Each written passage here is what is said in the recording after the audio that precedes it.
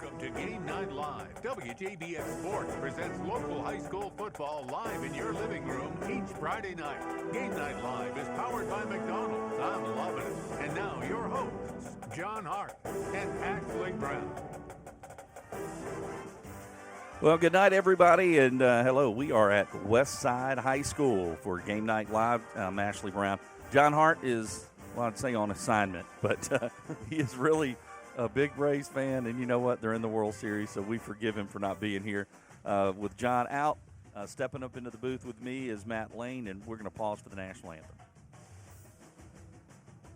So proudly we hail, and the twilight's last gleaming, whose broad stripes and bright stars through the perilous fight, o'er the ramparts we watch, where so gallantly streaming, and the rockets red glare, the bombs bursting in air, gave proof through the night that our flag was still there.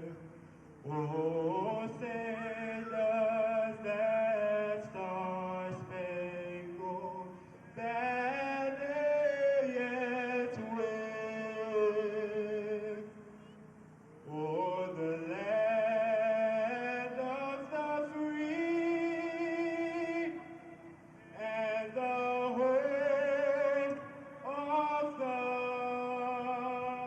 brave? Wow, terrific rendition there, and let's get kind of everything reset. We're at Westside High School. It is senior night here and a big game on tap. Matt, we've got the Westside Patriots at 6-2 taking on 5-3 Jefferson County. The winner, the inside track for a home playoff spot. Yeah, Jefferson County, we've seen each and every year, kind of brings that tough mentality running the football. For Westside, really stepping it up the past couple of years, especially this year, really strong, especially in the running game. Zay Green, 200 yards a game he's averaging. But it's going to be interesting for Westside to see if their defense can stop Nick Jordan for Jefferson County. Yeah, absolutely. The defense from Westside, they are number 2 in the state in points allowed in their classification, only allowing 9 points per contest. And Jefferson County, always known for defense, but this year, coming into this one, maybe Westside has the better defense. Jefferson County coming off a season where they made it all the way to the state semifinals, and this year they are 5-3, 4-1 in the region.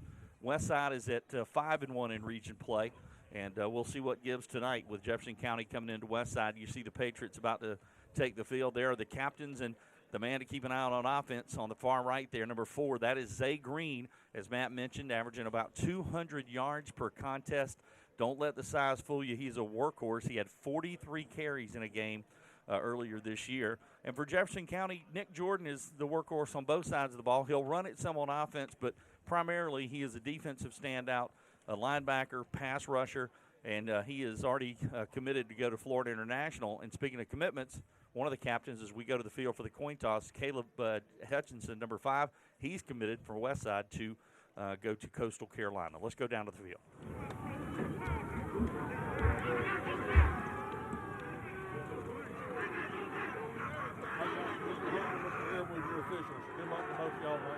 And here come the Jefferson County Warriors. The GHSA is the heads, okay? GHSA is head, the football tail, okay? What's your call? He's called head. I'm going to let it hit the ground. Heads. You want to ball? I don't hear his mic. You're going to defend this one? Okay.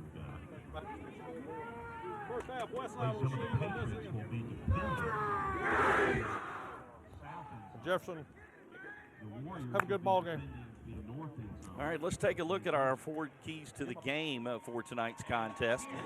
For Jefferson County, pack it in. Make Westside throw the football and play physical. Create some turnovers tonight. And then for Westside, a big key is going to be play with a little swagger. Jefferson County is the more known commodity, but you deserve to be on this field. You deserve to be fighting for that playoff spot. You've earned it. Play that way, and then put a body on Nick Jordan every play because he can disrupt things from his defensive position for sure.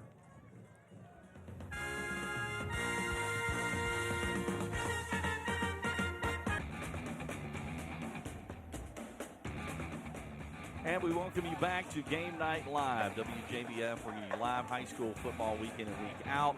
This season has flown by, and we are about set to watch 2 very good football teams go at it. Jefferson County, Marquise Wiggum will kick things off. Ashley Brown with you. Matt Lane in the booth with me tonight with John Hart out.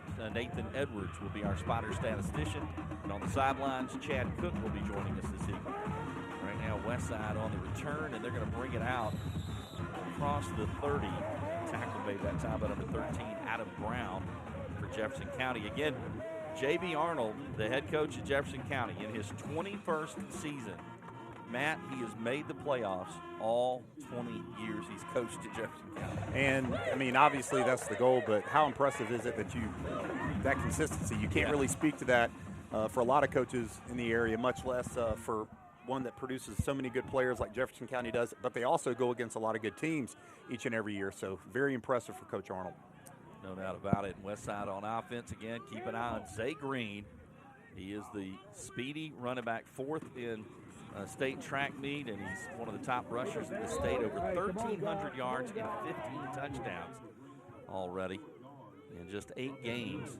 And there is a look at Zay Green. Last year, he rushed for 1,000 yards. Matt, he was the first Patriot back, and this is a school that back in the day was known as kind of the running back school. He's the first Patriot to rush for 1,000 yards since 2006, and now he's back-to-back 1,000 yards. And we had heard rumors, and we do have an interesting little thing going on for Westside at quarterback. We'll get to that after this play, and we got a false start on the Patriots. Matt, their starting quarterback is T.J. Price, very athletic, very tall. He is out right now with an injury, and starting tonight is Brian Green, a senior. He battled Price for the starting job in the preseason. Price won out. Green plays on the defensive side of the ball as a linebacker, an outside linebacker, but right now he's been forced to duty at quarterback. You can see right there the 2 defensive tackles really going to try to squeeze the middle of that offensive line together to try to block those running lanes for Green. And Brian Green, the quarterback, look, big kid, good-sized kid, and you bring in a backup, and he looks like, I can see why he starts on defense. He's going to hand it to Zay Green, and like you said, they went up the middle with it. That's what's the interesting thing about Green, Matt.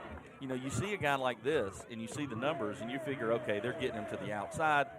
Westside's just as content running right up the middle. He is a tough customer for his size. Yeah, I mean, 2 running plays in a row right up the middle. That time they tried to pull a guard and try to lead the way to the second level to the linebackers. But so far, Westside not showing any problem with trying to run in the middle of the defensive line. Yeah, the bottom of your screen there on the right, number 21, that is a man to keep an eye on. He's committed to Florida International. Nick Jordan, one of the top safeties top linebackers in the state.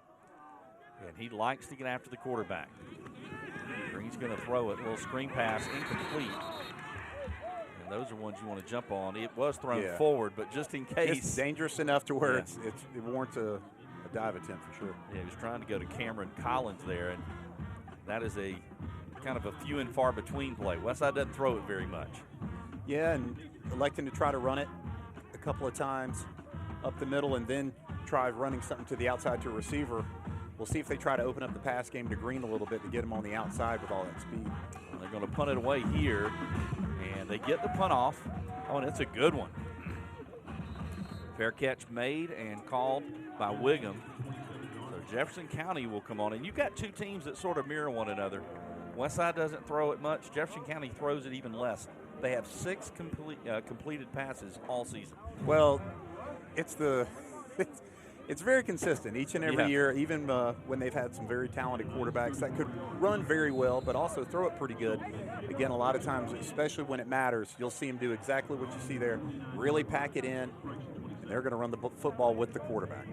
Yeah, that's what they did. And they started that with Jaden Jenkins. That was when they sort of went away from, you know what, that's our guy. We're going to go to him. Matter of fact, Jaden Jenkins was a kid who rushed for over 300 yards on Game Night Live not too long ago, and unfortunately his college career cut short with an injury. He was at Georgia Southern and had to give up football. But, yeah, Jefferson County that year, they just said, you know, that's our best offense. That's what we're going to do. And with right now this year, they're doing it with Keyshawn Vonner. He wears number 1. He's the quarterback, and he will be, you know, it's basically going to be Vonner against Green as far as the two guys running the football for the most part. Westside giving up a little size on defense, but they are athletic, they are quick, and they can tackle as Vonner breaks through the line. And right there, if you don't just get that little piece of him, he only has one person to beat, the one safety that's back there. That's the one. A lot of times you'll see offenses when they kind of scoot together and really pack it in, you would think they don't have a lot of room to run, but when you do have that opening, you really only have to beat one level, that final level for Westside's defense, and then if you're fast enough, you can take it the distance.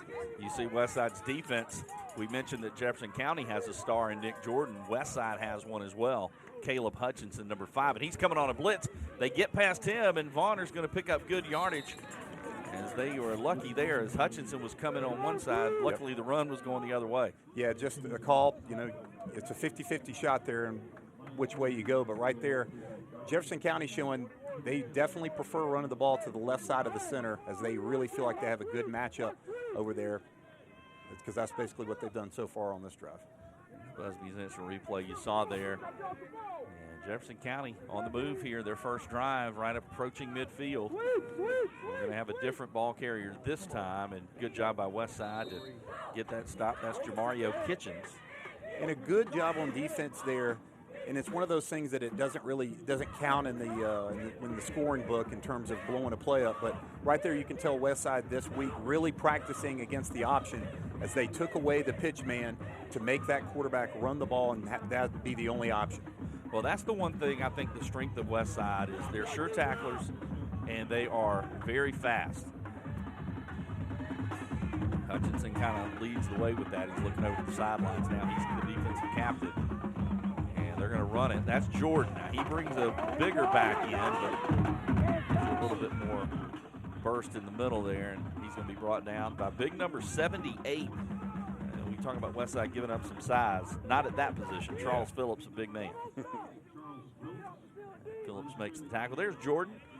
Nick Jordan, they more known for defense, but he will run the football. They'll have him in there on occasion. He rushed for over 200 yards this year. Westside right up on the ball. Run it. Oh, and a great play. That is Hutchinson. Wow. You see what I mean about his speed coming up making the hit. Number 5, Caleb Hutchinson. And starting a drive off, you really have to figure out what the offense is going to do. It takes a couple of plays to really get into it. But for a player like Hutchinson, he's able to kind of watch and see what those offensive linemen are doing when they're trying their blocking schemes. And the great ones really figure that out, and they're a step ahead of him. He's the most physical defensive back we've seen this year, a la Justin Myers at Washington Wilkes last year maybe. Super physical, will come up and hit you, and that's why Coastal Carolina and a number of other schools wanted him. They're going to go for it here on 4th down.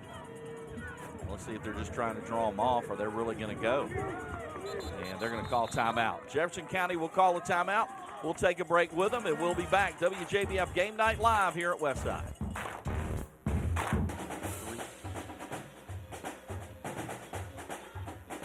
And back here, Game Night Live, and Jefferson County has decided they will punt it away and try and pin Westside back. And it'll be Wiggum to come on and do the honors. Let's see, Westside's going to send back Caleb Hutchinson and trying to get a beat on the other number there. The other player back will be number 23, Sadiq Pasha. So Jefferson County, and they will punt it away. Trying to angle it. No, he gets it right in the middle of the field. It's going to roll down, though, to about the 13. And while we've got a moment here, let's go down on the field as Chad Cook of AUG B-Ball fame has a very special Westside Patriot with him. Okay, I'm here with Gerald Barnes, the all-time winningest coach in the state of Georgia in baseball. Coach Barnes was also the football coach here. He happens to be the last Westside football coach to beat J.B. Arnold, the current Jefferson County coach.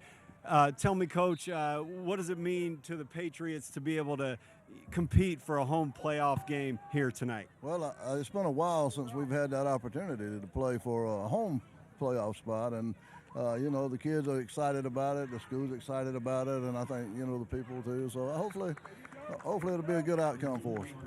Now, before, just a second ago, you told me you got a chance to talk to Coach Arnold briefly before the game. What did he say about his team's chances here? Well, you know how coaches, they lie, you know. But he's straight up. He said that, you know, he might not have as much depth as he's had in the past, but he felt, you know, like he could compete, and, you know, that's always a good thing, you know, if you're that person about competing with the team you're playing. So, but I think he felt good about that, so we'll see. Yeah, he mentioned to me he didn't want to be the coach or the team that Westside got to make history against. Yeah, well, somebody's got to get it, you know, and it's going to be, you know, it's a good opportunity for us regardless who's coaching or whatever. And JB does a good job of coaching, so I don't think that's that big a deal, you know, for him of all the positive things he's done in his career. So it'll be pretty good. We'll see. Okay, thanks, Coach, for making my first interview a fun one. Back to you guys, Ashley and Matt. All right, thank you, Chad. Chad does a great job covering the area in his own right. We appreciate him being with us, filling in tonight. Absolutely. And also thanks to Gerald Barnes. Gerald Barnes, who was coaching at Westside back when I played high school baseball around here. He is a legend, as Chad said, the all-time winningest coach in Georgia. And his son even coaching now. His son's the head coach over at Greenbrier. So It's got to make you feel special knowing he's probably beat you quite a few times, him being the winningest baseball coach. I was at some pretty good schools, although that's true. Hey, that's true. You know, they were state champs back in that time too. They were, you know, Westside, Evans, Harlem, all those baseball programs were so good back then. Westside's going to punt it away, unable to do anything on that drive. And it's a low punt. Did it touch him? That's the question. It looked like it did. At this point, it doesn't matter because Jefferson County is going to recover it. It was number 7. That is Ontario Usry was able to get on the football. And the Westside coaching staff really wanted that one. It's going to take, I think that's going to be the difference tonight. I think we've got a pretty even matchup. I think a play like that could be the difference in the game. And you see, it looked like Westside was going to get the football, and instead Ontario Usry able to get it. And you know how high school football is sometimes, even Jefferson County, pretty much before taking that timeout, trying to see if they could get a cheap penalty, draw them off sides, get some free yardage. So a lot of things can happen each and every play. Yeah, there's Bonner, the quarterback, and he's got some big shoes to fill. They have had some great quarterbacks over the last few years to run their offenses for JB. Coach Arnold has coached some good ball players, NFL guys. Even Fernando Velasco stands out. He not just an NFL player, one of the great class acts to come out of the CSRA. He now is an assistant coach at Arkansas, as he headed over there with Coach Pitts when they left when he left Athens. And good to see Fernando doing so well. And another back coming in. This time it's going to be Kitchens. And a good job by Westside. They're doing a good job up front. That was number 73 who got him, and that 73 is Trevin Few. So Few with the tackle. So far, it's just been a battle of these two solid defenses. Third down, and Bonner will have about 7 yards to try and get here. Because we're already down to 3 minutes to go in the first quarter. And Bonner looking to throw. He's looking downfield. They don't throw it much, but he's got a man, and it's going to be incomplete, but a flag is down. A flag is down. He was trying to go to Wiggum, and the pass interference is going to be on number 24, Cameron Collins. Receiver. So it'll be against Westside, and that will be a first down. Boy, that is a big break for Jefferson County. And that's a lot of the reason you throw plays, you know, singular a receiver going against a one-on-one matchup, again, it only favors, it seems like this day and age, really the offensive side of the ball, because you can a lot of times get a free call if somebody feels, a defensive player feels he's out of position. Well, he was trying to complete just his 7th pass of the season. He's 6 for 18, 3 touchdowns, 3 interceptions. They don't throw it much. And that's not a bad, if you're going to get beat, make sure it's on his 8th completion of the season. I mean, because only throwing that many. And if you're Westside, the defensive back, he's probably thinking they're not going to throw it. They never throw it. And the receiver caught him off guard, got behind him, and got his hands on him, and that was the penalty. So Jefferson County, one thing they've done so far tonight is they've had a little bit better on controlling where the ball is on the field. And now they've got Jordan in there. He will run it right up the middle. He's going to pick up decent yardage, carrying some defenders with him. It's going to be a first down.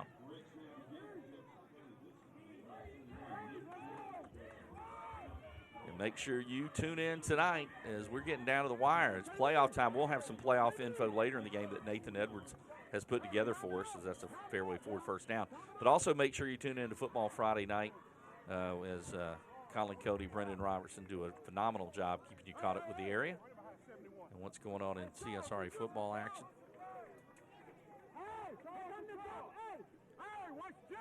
And after this play, we're going to tell you what you need to be doing after the game and all weekend and during the week too. And that's stop by an area McDonald's.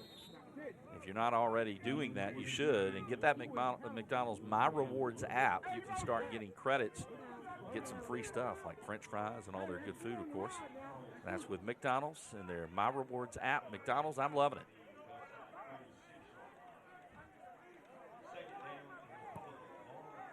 So it's going to be 2nd and 5, balls at the 36-yard line.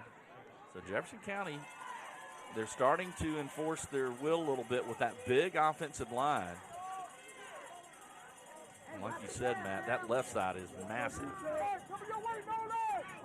And that's where they're going to go with it. Actually cuts back to the right, but he's going to be brought down. Nice job up front by big number 54 for Westside. That's Tim Hill.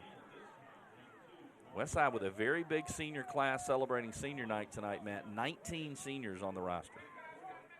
That's so tough to replace. Obviously, it's exciting when you have that many in one class, and it's great for that year, especially this year when they're having such a great year, but so tough to replace all that leadership, all that wisdom that you've gained through all the years of playing high school football. Well, we talked about J.B. Arnold and what he's done. We might want to tell you about Westside's first-year head coach doing a great job, Lee Hutto. Lee Hutto was at Washington Wilkes. He spent some time at Warren County, but he's in his first year at Westside, and he's got them at 6-2. And he took over for John Wiley. John Wiley did a great job with the team last year. This Westside squad was a playoff team, but this year's team, again, fighting for that home playoff spot, 5-1 in region play. Well, something special about this team. As we're winding down to the end of the first quarter here, just a few seconds left, and that is going to be the final play of the quarter. So we'll take a break. 1 quarter in the books, no score between Jefferson County and Westside here on Game Night Live.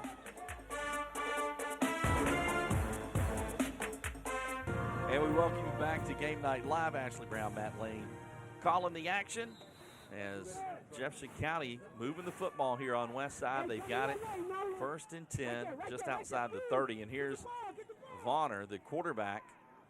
And speaking of that, let's get our QBs by the quarter. Brought to you by Culpeper Ace Hardware in Evans. For Jefferson County, Vonner is the QB. 7 carries, 33 yards so far for him tonight.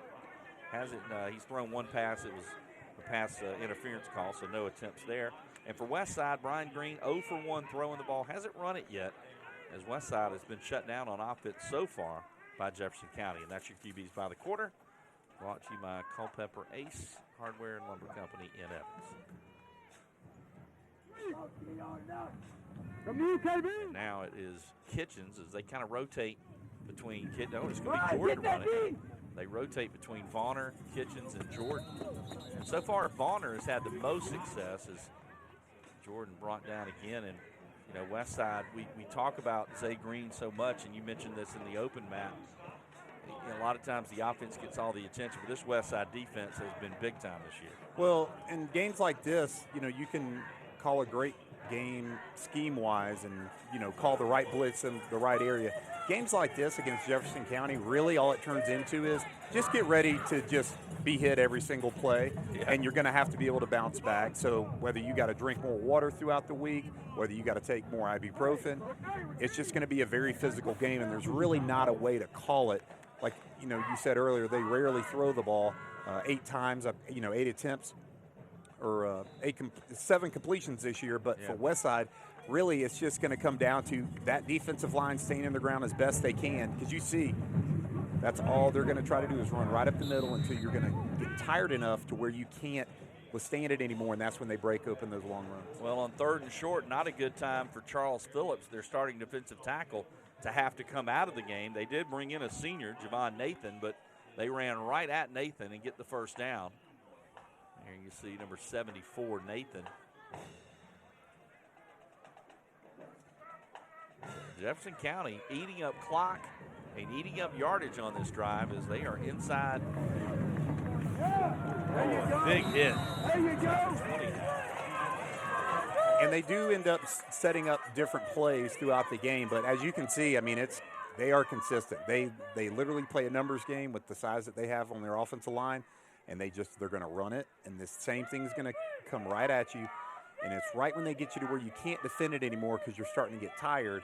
Because, again, they have the extra push of these extra running backs that are providing an extra push to those offensive linemen as well. So and that's when you get stuff like that because you're so anxious to beat them to the spot. Yeah, you're right. Those running backs get a little bit of a head start running right at you. And, yeah, West Side that time, Tim Hill, number 54, jumping off, just trying to get a little head start there. We thought this was going to be this kind of game, kind of a slugfest. We didn't know how the weather was going to be. It was kind of rainy and wet this morning, but kind of perfect weather for these two teams that don't really throw it much. As Bonner going to run it on the right side this time, and he is going to get inside the 5. So Jefferson County with a very impressive drive against this talented and successful West Side defense.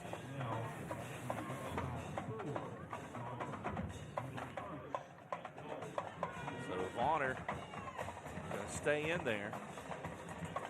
The 13th play of the drive coming up. You don't see those very often in high school football. Bonner trying to break to the outside. He's going to be tackled. Good job by the defensive back there, number 23. That is Pasha, Sadiq Pasha. Kept him, didn't let him get to the outside, made him cut inside, and he tripped up and fell. So he'll step out of the game for a moment. Kitchens will come back in. Play number 14 of the drive. West Side now 2nd and goal to go.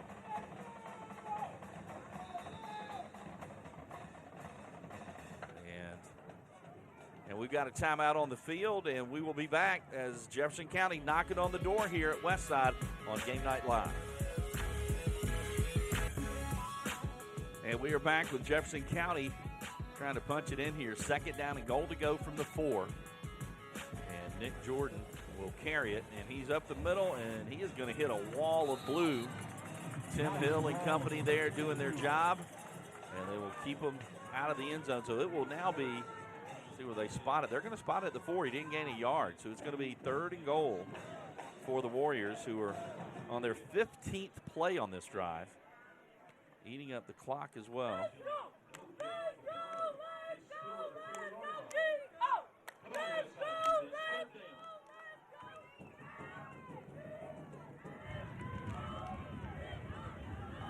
There's Bonner. Bonner is, he's going to push his way in. Touchdown Jefferson County, it looks like. Well, hold on. Yeah, now they give it to him. So touchdown for Jefferson County.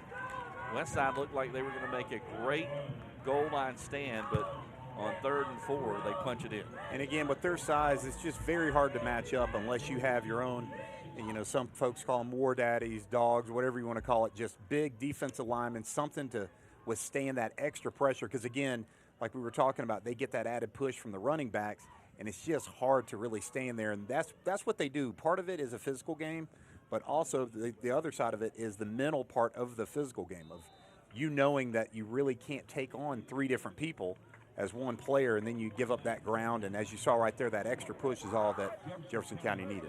Oh, Ethan Rabin there misses the extra point. And folks, the way this game's going, that could be very big. So it's 6-0 Jefferson County. Long drive capped by the touchdown run from Vonner. And it was a 15-play, 8-minute, 47-yard drive. And it was only 63 yards. It's not like they went 99 yards. But it took them 15 plays, but it was just steady, just running the football.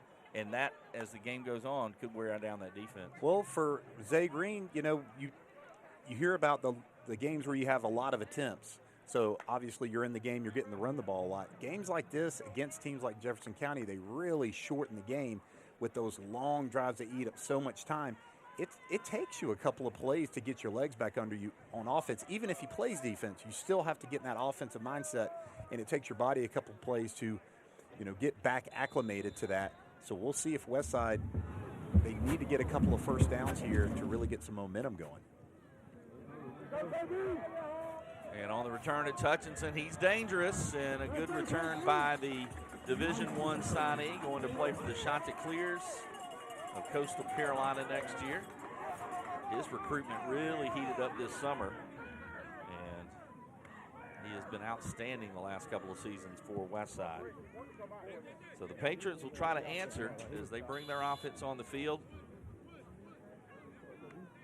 with quarterback Brian Green in for the injured TJ Price. And so far, it has been 3 and outs for Westside. And Westside will go to Zay Green, and Zay Green with a nice run up near midfield. And I think Nathan just told me Westside's only had the ball 3 minutes of this game. And really, and I'm not going to say it's the play of the game, but this is a huge second down play right here to be able to give them a shot. If they do want to try to run the ball for the first down on third down, they're going to have to get positive yardage here in order for them to be able to pass or run, to give them that option. Well, huge drive to keep your defense off the field. Oh, and that's a bad snap. And Jefferson County, Nick Jordan just beat him for the ball, even though he didn't end up with it. Nick Jordan just wanted that one more, it looked like. Yeah, they did not seem to be really going after the ball in order to get on top of it, and just a huge shot in the foot for Westside there. And it ended up being recovered by Lowry. Akeem Lowry gets it, but watch Jordan. You had 2 Westside guys right there. Jordan just beats him to the ball. He couldn't get it, and then Lowry comes in and gets it. So Jefferson County already on top, and now they've got great field position. You see it, the ball at the 35. Thanks on our Busby Heating and Air instant replay. Got a good shot of that one. Here comes the Jefferson County Warriors knocking on the door again. Bad snap by Westside, and I bet you I know what they're going to do. Well, yeah, exactly. Kitchens this time to the right, but he's got nowhere to go. And they're going to call the face mask here. And the Westside Patriots fans are yelling, but then they're going to find out that yellow handkerchief on the field is due to a face mask.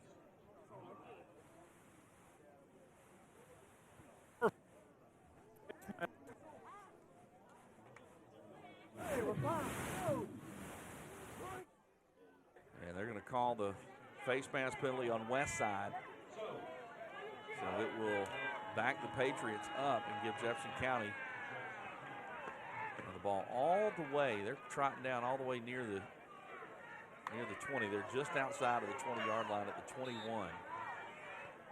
1st and 10. As we are 6 minutes and 40 seconds away from halftime. And here comes Vonner.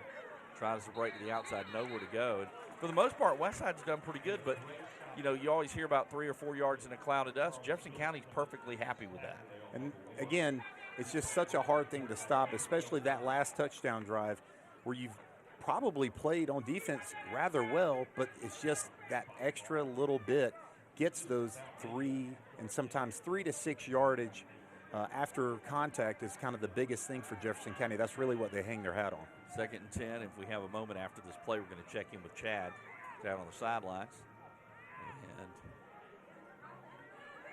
who do they have in there this time. They just rotate them in between Nick Jordan, Jamario Kitchens, and the quarterback Bonner. And this time it's going to be Jordan. Again, nothing fancy. They just run the football at you. And the flag is down. I guess while we have a moment, let's go down to Chad Cook with an Augusta Auto Auction sideline report. Guys, that bad snap a second ago, Matt, I think had it nailed with 2nd and 5, big play, and it couldn't have gone any worse for the Patriots. In one of Westside's 2 losses this season, turnovers were the big issue. Turned it over 3 times at Lincoln County. Lincoln County didn't turn it over at all. Outgained Lincoln County by more than 100 yards. And Coach Hutto talked about not making mistakes like that today. The Putnam County game, they had a bad snap that went deep into the end zone that caused a safety, and another bad snap that led eventually to a field goal. So Coach Hutto was looking to avoid that kind of stuff, and, couldn't have come at a worse time for the Patriots. All right, thanks a lot, Chad. Yeah, and that's we said in the keys to the game for Jefferson County, create turnovers. That one was created by Westside. So the Jefferson County offense backed up with the penalty, but it'll be 2nd down and about 13. Or is that actually 3rd down? Excuse me, 3rd down and about 13. And the one thing that's tough to do for Westside is you see it a lot, punching that ball out from the ball carrier's hand. As you see right here, this is one play where Jefferson County not running with all that protection in front of them.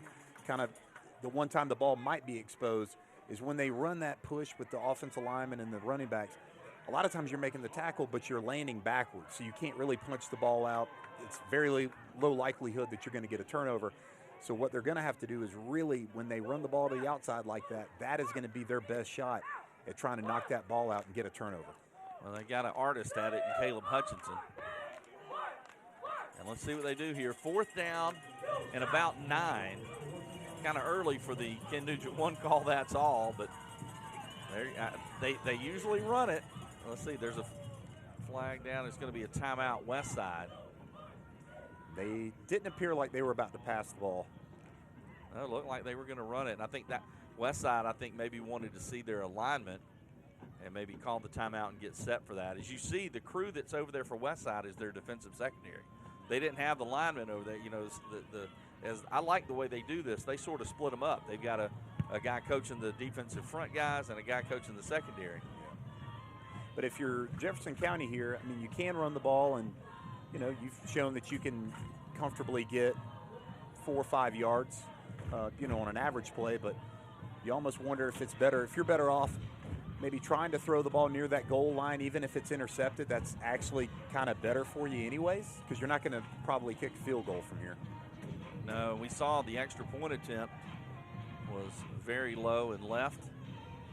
As there we go, the T-Mobile student section as their Patriots try to earn a likelihood of a home playoff spot. We'll go over the details of that later. Nathan put together some possible playoff scenarios that we'll go through. And they're going to throw it. They look downfield. They've got a man, but it's well overthrown. And even though there was some, I know that the Jefferson County fans probably want the contact, and I don't think the ball was catchable. Yeah, not catchable at all.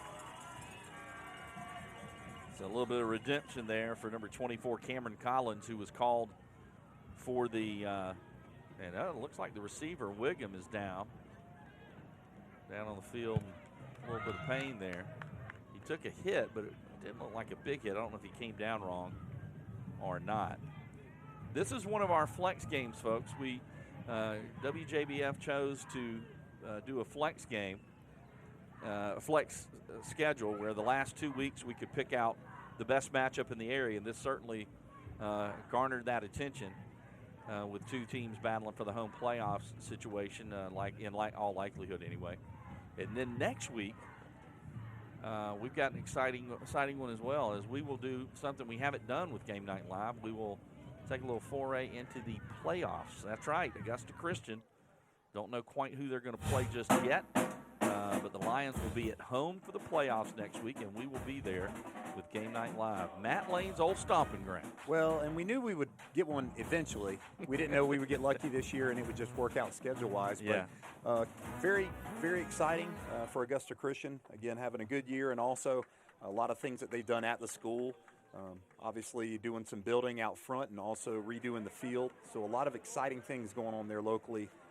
for the Augusta Christian Lions. Yeah, they've been having a great season. Zach Blackwell, one of the top players in the state, and we'll get a chance to see him and his Lion teammates next week. And there you see Wiggum walking on his own, a little bit of a limp, but looks like he's going to be all right. And here comes Brian Green and the Westside offense, who they have really not generated any yardage. I mean, a couple of decent runs by Green is it against this Jefferson County defense. They're going to hand it to him. And here he goes, Zay Green. Boy, he hit that hole quickly. There's only going to be a few opportunities, and you really got to capitalize on them when they get them, and right there. And again, stuff like that, it keeps you into the game, keeps you feeling like you do have a good shot of breaking one free, getting to the outside, because again, the running game of Jefferson County really mentally can just kind of wear you down. And you see Zay Green right there, just running through the hole, looking at that third level. Yeah, and that's going to be a first down for Green. We mentioned over 1,300 yards rushing, 15 touchdowns. Green, one of the top rushers in the state of Georgia, having just an outstanding season. And a good player, and certainly the coaches know about their team more than we do, but we'll see if they're able to incorporate him in the passing game at all. Again, with all that speed, want to get him to the outside, maybe quicker. That way he only has a one-on-one battle to win, which is the goal each time for a running back. You always got to beat, if you beat the one-on-one, you're good. And here he goes again, Zay Green. And there he stays on his feet, broke a tackle. I tell you, for his size. Yeah, he said, who you calling small? yeah, he might be small in stature, but boy, he hits the hole hard, and good job there, picking up nice yardage after first contact. And here a big play. Again, like we talked about before, they need to string along some first downs, keep that Jefferson County offense off the field. And again, they have a home run. They have a home run hitter in their own right. Zay Green. Looks like, I thought that might have been a face mask. And the tackle made that time by number 5 for Jefferson County. That is Cam Broomfield, and if we get a shot of him, number 5 for Jefferson County here in just a moment. Cam Broomfield making that tackle. He has one arm, and he is a starter on this defense. There you see him right there, number 5. He's a starter on this defense, and that's his 15th tackle of the season. Here's Broomfield. That's so impressive. It's incredible. And when I was in high school, we actually we played against the basketball team, and they also had one. And again, the grit and determination that you're going to find, it's unmatched. Yep. And they're going downfield. Green does have an arm, and he's got a man, and it is incomplete. He actually had 2 receivers open, and it's incomplete. He was going for number 13, Jermichael Ambrose. And you see Green can throw the football. And just slightly overthrown. The receiver with a great effort to try and make that catch, as he did have a step on the defensive backfield. There's Ambrose, number 13 for Westside, made that great attempt there. Patriots 2nd and 10. They took a shot on first down. Here they're going to run it. Zay Green.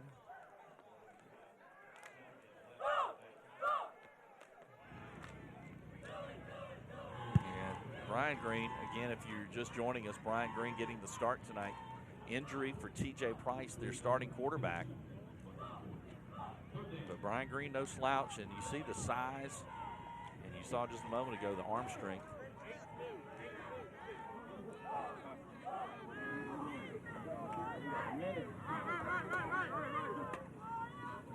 Third and about 8. They're going to throw it. No, Green's going to run, but he's being grabbed from behind and slammed down.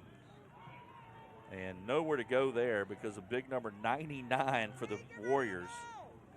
That is Ashton Boyd, a senior, and boy. You can see trying to move up in the pocket and trying to find a spot, but just sniffed out there. As big as Brian Green is, when Boyd grabbed him, his forward momentum stopped. Yeah. So Westside will punt it away on 4th and 8. Actually, 4th and 14, excuse me. And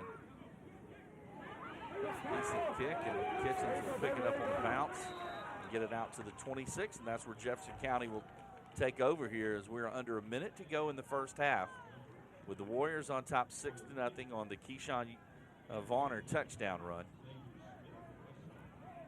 On a gorgeous night for football, a little chill in the air, perfect football weather.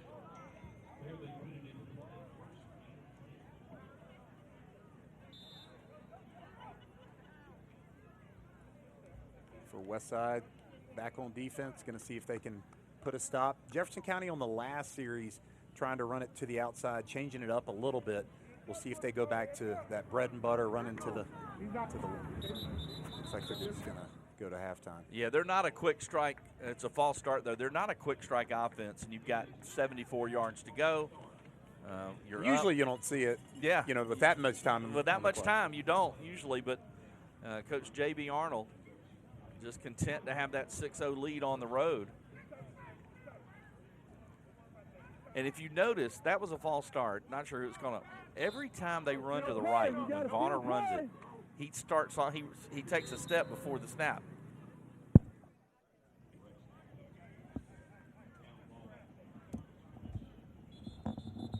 And there's Coach Hutto.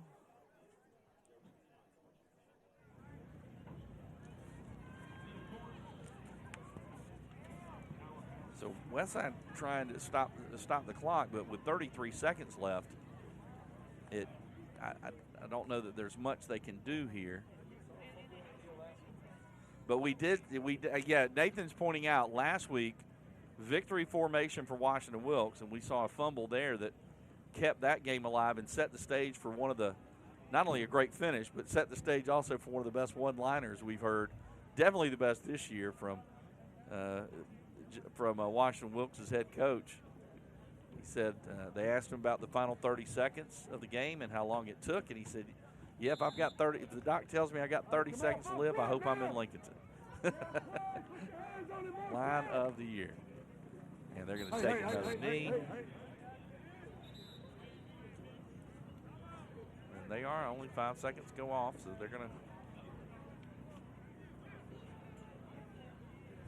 to. Yeah, it looks like that's what Westside's going to try to do is force a punt out of Jefferson County. And this could be interesting because we didn't think they'd have that much time, but now it looks like they could force a punt.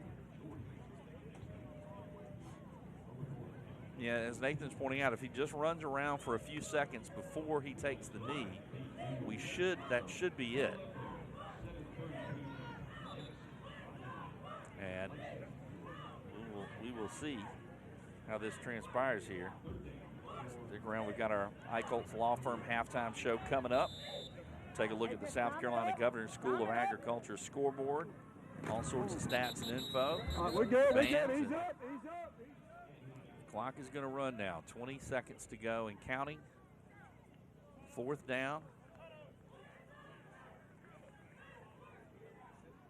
And that's going to be, that should be it. 10 seconds. Yeah, that should be it. So Westside was trying to save some clock and do something, but the clock is going to run out on the first half. And it was a first half that was a defensive battle, but one long drive for a score gives Jefferson County the lead, 6-0 here on Game Night Live. We'll take a break, and when we come back, we've got halftime festivities coming your way here on Game Night Live. So stick around. The Eichholtz Law Firm halftime show is coming up. And back with wrapping up the Eichholtz Law Firm halftime show, getting set for the second half. And we talked about T.J. Price, you saw before we went to break, injured tonight. Ryan Green getting the start.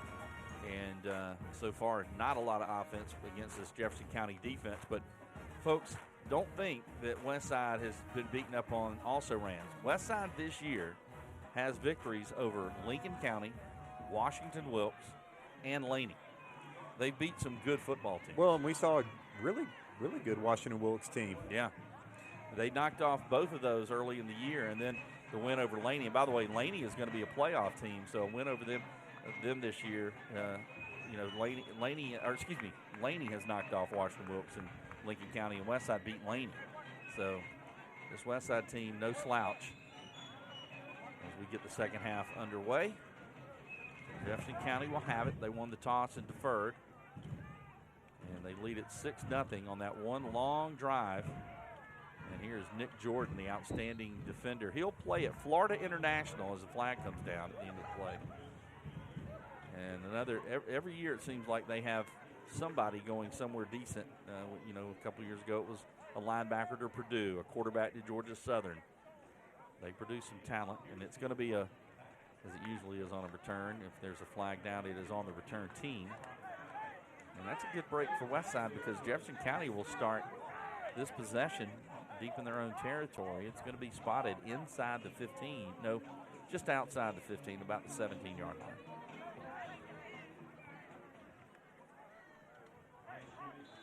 And you see what Jefferson County does here. Again, mixed match. A couple of the drives, like you said, on that one scoring drive, they ran the same play down the entirety of the field. More so than it was a running back, or it was the quarterback draw, but it was with a ton of people blocking. I got a message, too, from somebody watching the game, and we appreciate it. Lowell Cleveland, former Evans High School standout, mentioning another former Westside player. We were talking about the greats from Westside. Otis Moore, Ricky Moore's older brother, was an outstanding football player at Westside back in the day, for sure.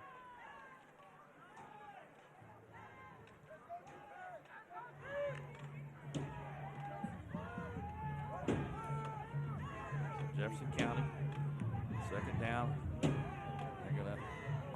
Not a whole lot of running room there, so it's going to be 3rd and long.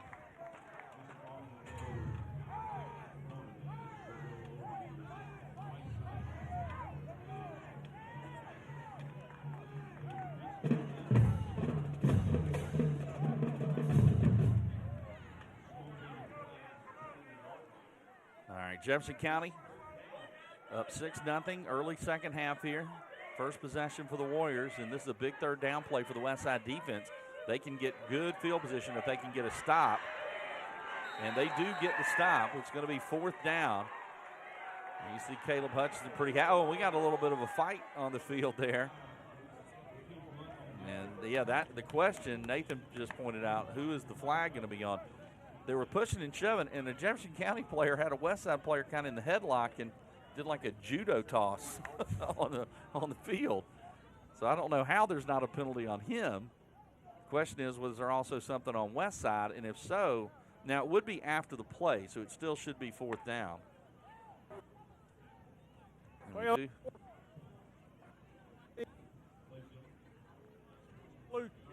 And it is. So it's offsetting, so it basically doesn't really matter now. It's going to be 4th down and 7. So they'll punt it away. Our first chance. And Westside will have for the first time tonight, really flipping the field a little bit on Jefferson County. As we take a look at our punters of the game. And for Jefferson County, it's going to end up being number 87, Ethan Rabin, junior punter. For a Ray Guy Award, I guess from the Augusta Sports Council. And then for Westside, it's Sean Metcalf, number 14, our Augusta Sports Council Ray Guy Award punters of the game. And we'll take a timeout here. Westside will have it when we come back.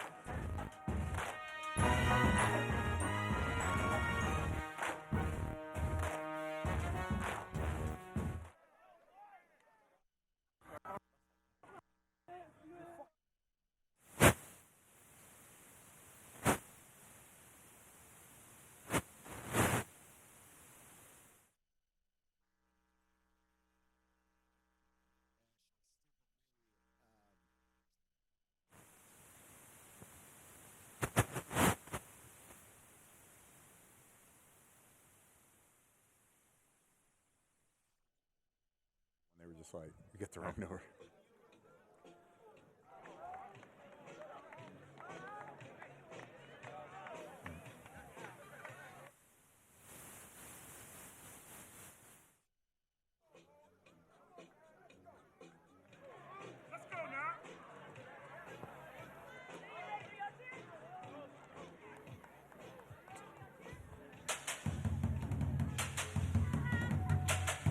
Westside with their best starting position of the night at the 45-yard line after the punt. And more on the punting here in just a moment after this play. As Green will hand it off and play blown dead. And Matt was giving us the punters of the game as it's offside on the defense. Sean Metcalf for Westside averaging 40 yards a punt tonight. He's kind of been the star for the Patriots. And with that 40-yard average. And the punter for Jefferson County, we mentioned it was number 87, who is also their kicker. But it looks like tonight they've been allowing Wiggum to punt the ball, Marquise Wiggum. So Brian Green trying to generate something with this Westside offense here. And he hands it off to the star running back, Zay Green. And Green is going nowhere. So Westside got 5 from the penalty. But they're going to lose 2 here. So it'll be 2nd down and 7. And you just assume at some point Zay Green is going to be able to break one. You see him there. This is a kid averaging almost 200 yards a game. He's got 15 touchdowns, over 1,300 yards rushing. He's in the top 10 in the state, and that's in all classifications in rushing. So you just assume at some point he's going to break one off here. And it looked like there was movement up front. Not sure who moved first. And that might be on Westside. It is. It's a false start on the Patriots. So they benefited from the penalty on Jefferson County, the defensive offsides, and then after that, a loss of 2 or 3 on a run and then a 5-yard penalty. So this Westside offense just not humming along, missing their starting quarterback. And there's the T-Mobile student section. And as you see, they were, I guess they're, I don't know, are they workers? Are they Construction workers. Construction work? Okay, I'm trying to. And deep throw, got a man, Hutchinson. Oh, what a catch. What a catch by Caleb Hutchinson. And maybe that is the play that this Westside offense needed. Brian Green, I was just talking about them missing their starter. And right on cue, the backup, Brian Green, says, wait a second. And he uses that arm, as we'll see here on the Busby Heating and Air Instant Replay. Watch this throw and the catch. Caleb Hutchinson, he was hit as he threw it. Throw it into traffic and let your guy make a play, and that's what happened. Big-time catch. So Caleb Hutchinson, the star of this Westside team, on defense, stepping up on offense as well. And they're going to throw it again with Brian Green. And again, it's complete to Hutchinson. So Westside said, wait a second, we're not able to run it. They're going to open it up here with Brian Green throwing the ball. So Caleb Hutchinson with 2 catches. And all of a sudden, Westside on the move here. And they are inside. Yeah, it looks like they are inside the 20 now.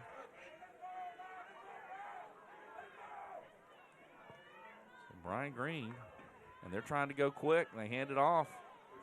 And Zay Green's going to have a first down and then some. Fairway forward, first down.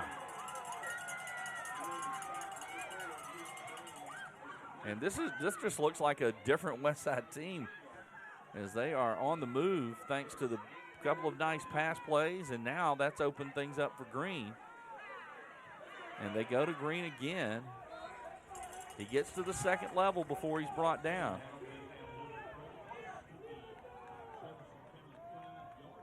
So Westside now down to about the just shy of the 5-yard line.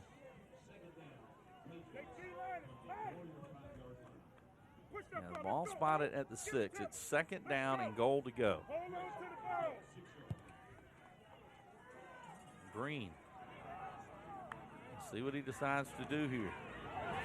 And Garrett Green's going to hand it off to the other Green, and Zay Green is in the end zone. And a pivotal play of the game is actually about to come up.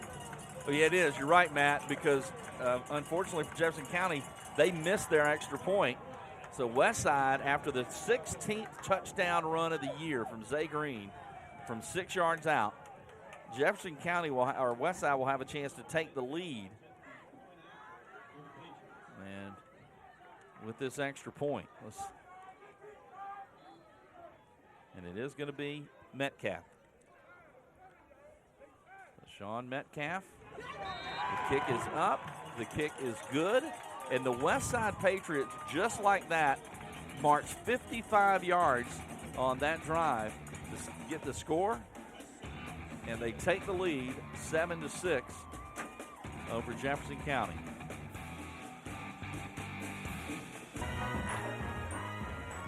And back at Westside, where the Patriots have just taken the lead, and Sean Metcalf will kick it off deep down to about the 3. And it will be returned by Kitchens, who gets up to about the 25.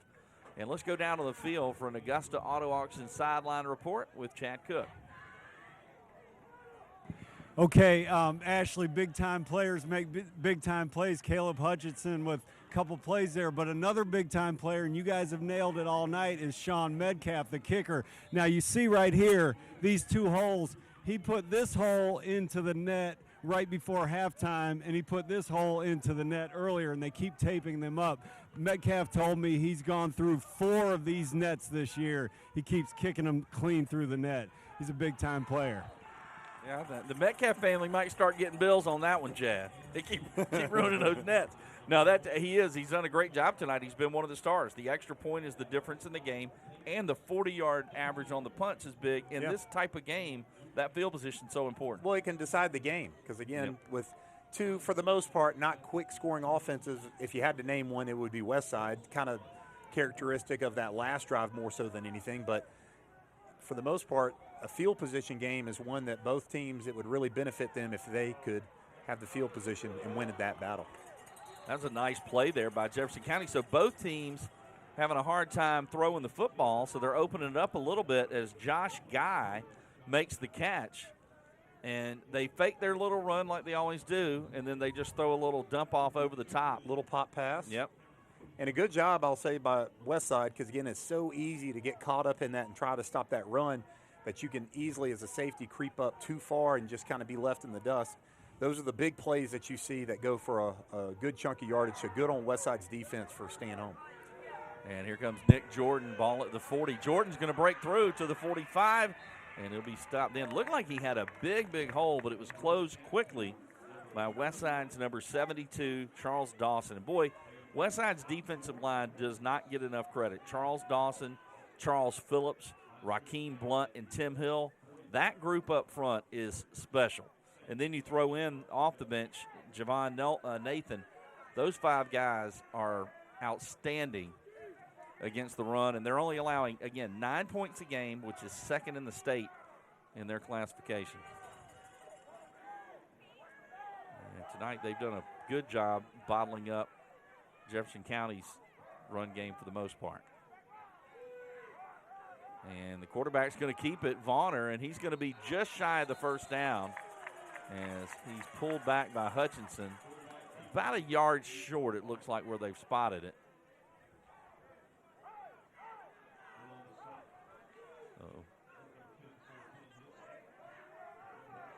So third down and looks like a long one here.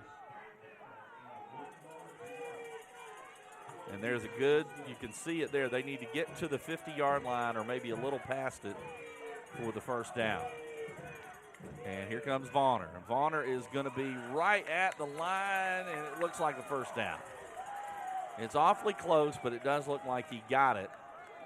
The Westside defense pretty happy with themselves, but it does look like he got the necessary yardage.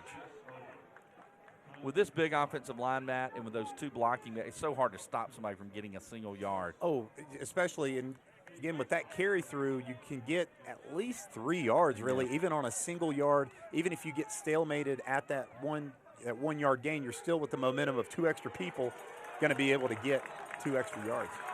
Rakeem Blunt with another outstanding play as he hit Kitchens in the backfield, and Kitchens tried to stiff arm him and was able to actually get back to the line of scrimmage, but a nice play by Blunt.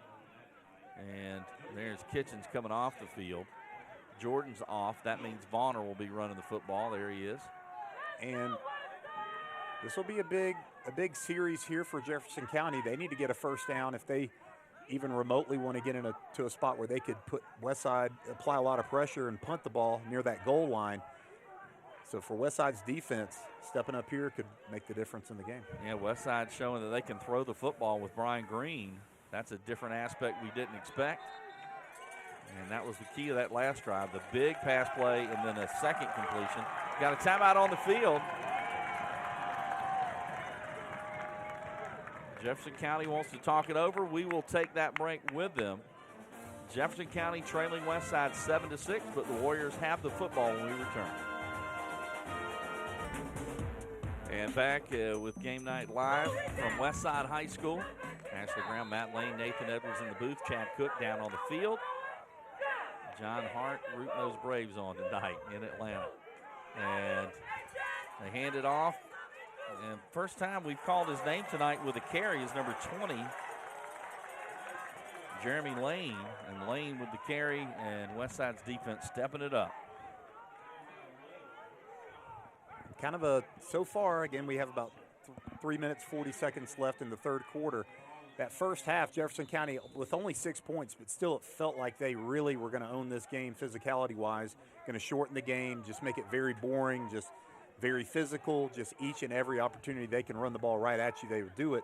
But Westside getting that big pass play and then getting that ball in the end zone and the extra point, really, in a weird way, in a 7-6 game, applying a lot of pressure on Jefferson County.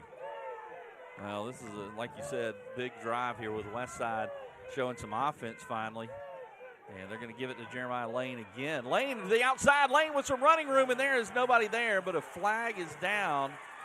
Lane is going to race into the end zone, but a flag is down, and I believe that one's going to come back. Yeah, it looked like there would be some holding on the outside, or I don't know that I saw a block in the back, but either way. It's going to be holding, actually, on Jefferson County. Looked like that corner on the right-hand side was getting held a little bit. And, man, if you're Jefferson County, you waited to run that play. You ran a fake one of those earlier with your first pass that you threw. And then right there you finally run that trick, as much of a trick play as Jefferson County's really going to run. You run it, and it ends up coming back because of a penalty. Yeah, biggest play of the night for Jefferson County, and they unfortunately have that one called back. Westside fans certainly happy because their Patriots now might get the ball back here. 3rd and 15. Ball at the Jefferson County 45. And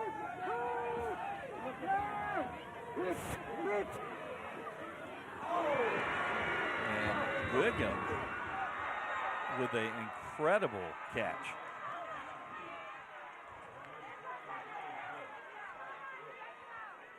So there's a flag down. Oh, they waving it off. So Jefferson County with a huge play. They followed up the touchdown that was called back with their biggest pass play maybe of the year. Vonner just throwing it up, and his receiver just makes a heck of a catch inside the 10 on our Busby Heating and Air instant replay, and Jefferson County in the red zone. All it took was 3 quarters, and now we have ourselves a shootout. 45-yard pass play. Yeah, you're right. Again, they only had 6 completions all season coming into tonight. Let's see if Westside's able to hold them out of the end zone here. They give it to Lane, and he's been the difference that's coming in. They get a little bit quicker guy coming in. Lane able to get to the outside. And looking to rush it on the outside with him. Yeah. Just a change of pace. They've been so used to over and over the same play, and now you give it to Lane with a little speed on the outside. And Jefferson County answering Westside's big pass play and drive with a big pass play of their own. And now they are 2nd and goal to go at the 4. Come on, Sadiq, come up. Stay outside. And Jordan is going to be just short. He's going to be down at about the 1. The Augusta Disposal and Recycling red zone. Jefferson County back in there for the 2nd time, actually 3rd time tonight. Westside able to stop them once. A big 3rd and goal here. Ball is at the 1. 3rd and goal. Jefferson County trying to take the lead back. Here comes Vonner. Vonner's hit. I believe he got in. Let's see what the call is. No call yet. They're going to say short. So Westside's defense, we gave that defensive line credit. Hill and Blunt and Dawson and company up there, and they did the job there. So it is 4th down and goal to go. Yeah, Ken Nugent, one call, that's all. Matt, what do you do here for Jefferson County? I think we all know what they're going to do. They're going to run that same exact play over again. Now the question is, do they do it with Vonner or do they put a little bit bigger back Jordan in there?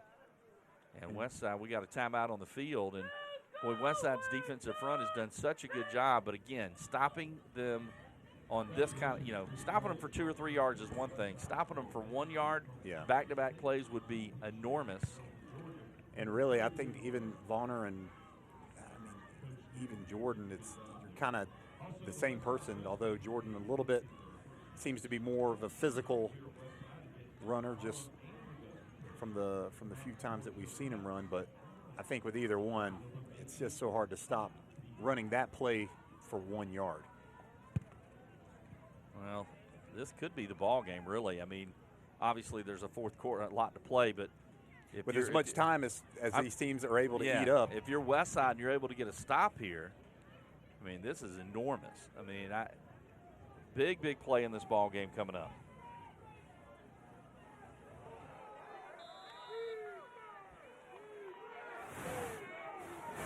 Here it comes. They're in for the touchdown. Yeah, it looks like he got in. Over the top, Jordan goes, and it'll be a touchdown for the Warriors. So Jefferson County punches in their 2nd score of the night. And now I would assume they will line up and go for 2. And it is 12-7. So Nick Jordan with his first score of the night, his 3rd on the season. And it appears that the Warriors will attempt a 3-point conversion.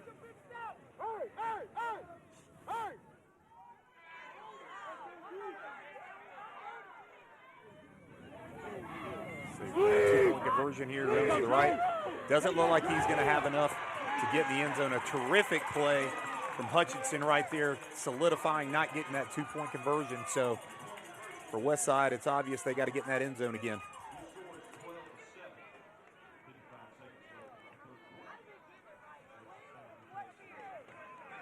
So Jefferson County with the lead, but big play there by Westside to stop the 2-point conversion. And again, I know it sounds like we're assuming a lot by saying if Westside gets another touchdown, but again, especially Jefferson County shown 12-plus play drive, just eating up so much clock. It just so much of the quarter. We're already under a minute to go in the 3rd quarter. I mean, it's crazy how fast this game has gone. And for guys like Nathan Edwards, who's heading to Jacksonville after the game, they're probably not too disappointed now. Yeah, big game, of course, tomorrow in Jacksonville. Well, and folks that want to see the end of the Braves game as well. Al, and of course, got plenty of time to get home for football Friday night, too. Brendan Robertson and Colin Cody bringing you all the scores and highlights from around the area. The area's only 30-minute show dedicated to high school football. And a good little squib kick there that goes all the way inside the 30. Yeah, I had a feeling they were going to throw the flag on 8 from Jefferson County on that one. Just kind of a not really needed. Yeah. From Kendrick Gills. Yeah, Kendrick Gill is called for the penalty here. And it's going to be a personal foul. So that is huge because Westside now, instead of inside their own 30, they're going to be up near the 45, which is where they started their last drive, and they went 55 yards for the score. Let's see where they spotted. I believe it's going to be around the 43, maybe, somewhere in there. Let's see. We'll see if it ends up leading to anything. But, they talk about at times that those few plays in a game, just every game has, 5 to 7 plays that really completely impact the entirety of the game, no matter how small they feel at the moment. And for Westside, a shorter field is exactly what they needed. That'll be at the 42. And Green going to roll out here as they look to throw again. And he throws it, and Hutchinson makes the catch. There's a flag down, and it's in the area of holding, but let's see what the call is. Boy, Hutchinson with another great catch there. Yeah. 3 catches for him. You know, and it is going to be holding. So that will negate the pass play. And we talked about Jefferson County doesn't throw it much. Westside doesn't either. And the fact that Brian Green is in there, they are throwing it more than they normally would with their starter, T.J. Price, who's a really good athlete.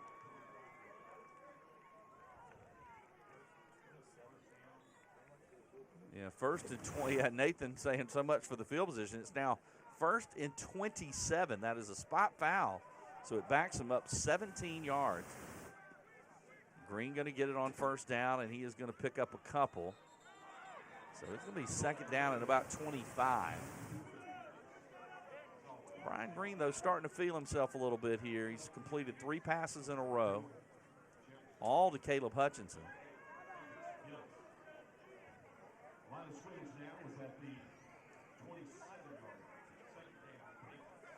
So 2nd down for Westside.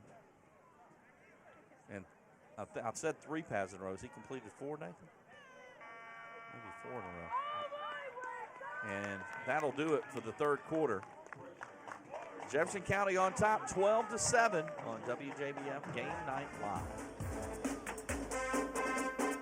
Westside's defense and Jefferson County's defense outstanding in the first half, but right now we got an air battle going on. We'll get to our QBs by the quarter after this play and tell you what we're talking about. Brian Green in trouble. Green's going to be brought down, does a good job to hold on to the football, but he is sacked for a big loss. And, man, Westside going backwards after they got a penalty against Jefferson County, and now a penalty, a short, almost nothing gain, and then a sack. So it's going to be 3rd and very long here. And let's get our QBs by the quarter in through 3 quarters of play. We've got an air battle, Matt. 2 completions for both teams. Jefferson County, 2 of 3, 61 yards for Vonner. He also has 56 yards rushing and a touchdown. Brian Green, 2 of 4 for 40 yards. One of his complete passes called back by penalty. And he's going to throw it deep again. He's got a man, and he overthrew him. Threw it over the wrong shoulder. His intended target was number 13, Jermichael Ambrose. But it's incomplete, and it'll be 4th and very long, 4th and 35. And interesting to see both teams, when a little bit of pressure applied, how they've reacted and changed their playbooks a little bit and what they wanted to run. Westside starting the game, wanting to establish that run, not really doing anything with that. Jefferson County's defense doing a great job opening up the passing game for Westside, which has shown some fruits. Obviously on this one, not the case with that big loss on that 2nd down. But for Westside's defense, they're going to have to get another stop or probably get a turnover, because Jefferson County is about to try to just run this clock out.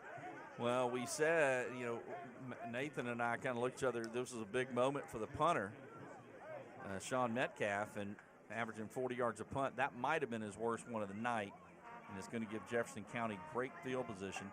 And real quickly, let's go down on the field for an Augusta Auto Auction sideline report with Chad Cook. Okay, Ashley and Matt, Caleb Hutchinson's been one of the most exciting players around here for 2 years, and he's really turned it up recently in this game. He had a big stop on 3rd and 9, couple big receptions, and then he stopped the quarterback Vonner on the 2-point conversion a second ago. Well, on the sideline, they just drew it up where if any 3rd and long from now on, they're going to put Hutchinson back at free safety. They got burned on that long pass on the last series, so look for that if we get to 3rd and long in a second here. And yeah, they want their best player back there making that play, and Hutchinson is that for sure. He reminds me, not quite as big, but he's aggressive and hits you just like Sanders Cummings used to do, the former Westside Patriot that played at the University of Georgia. And great play by Hill, and the ball comes out. I think the back was down. Oh man, Jeremiah Lane got smashed by Hill. And when you have a play set up like this, it almost seems too perfect on defense, because you're thinking there's no way I'm back here this easily, and the ball carrier's right here. But the only thing you can think to do is just pop down, put your head down, and make the big play, as he's right place, right time, and the right play call from Jefferson County. Well, it looked just like the play that was kind of circulating the various social media sites this weekend, where a guy went in and basically took the handoff from the quarterback and ran it for a touchdown. Looked like he almost could have done that there. And more good pursuit by this Westside defense. The ball is going to be heaved up and out of bounds, incomplete. But this Westside defense that's been so good all year, and now they're flexing their muscle a little bit here in a big spot for their team.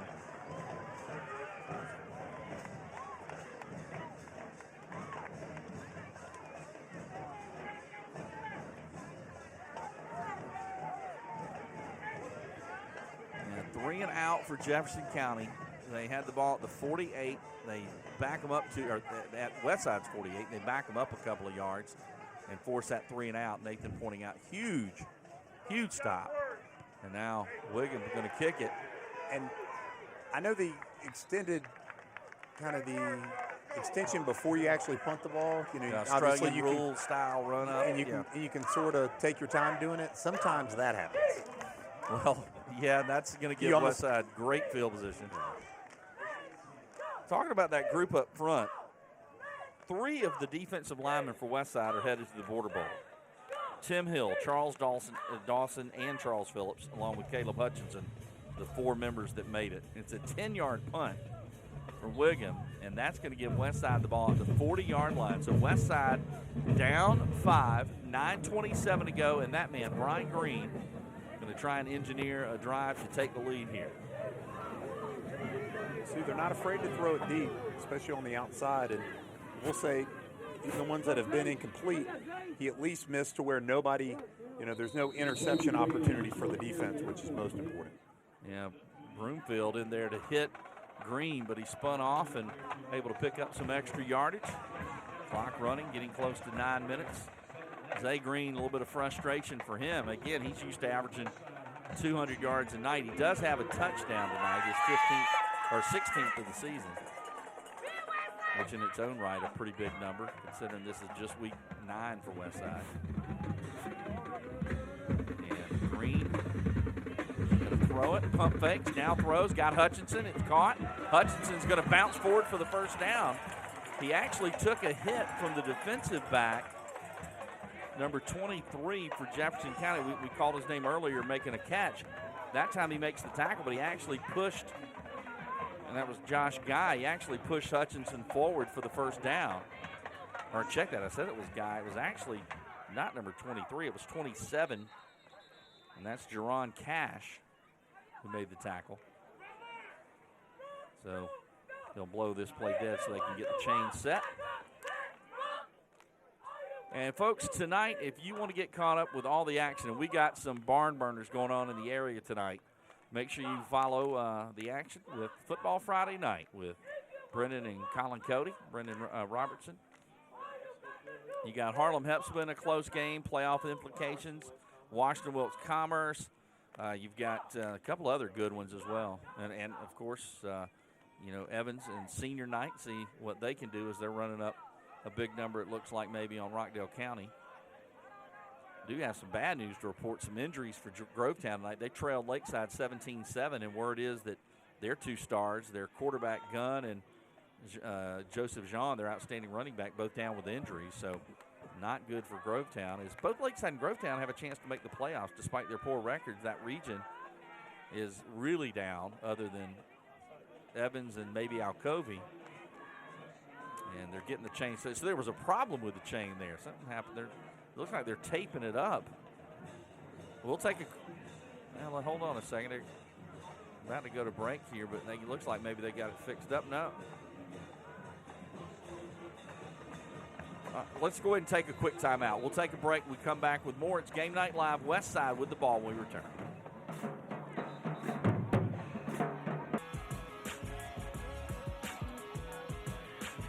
We're back, Game Night Live.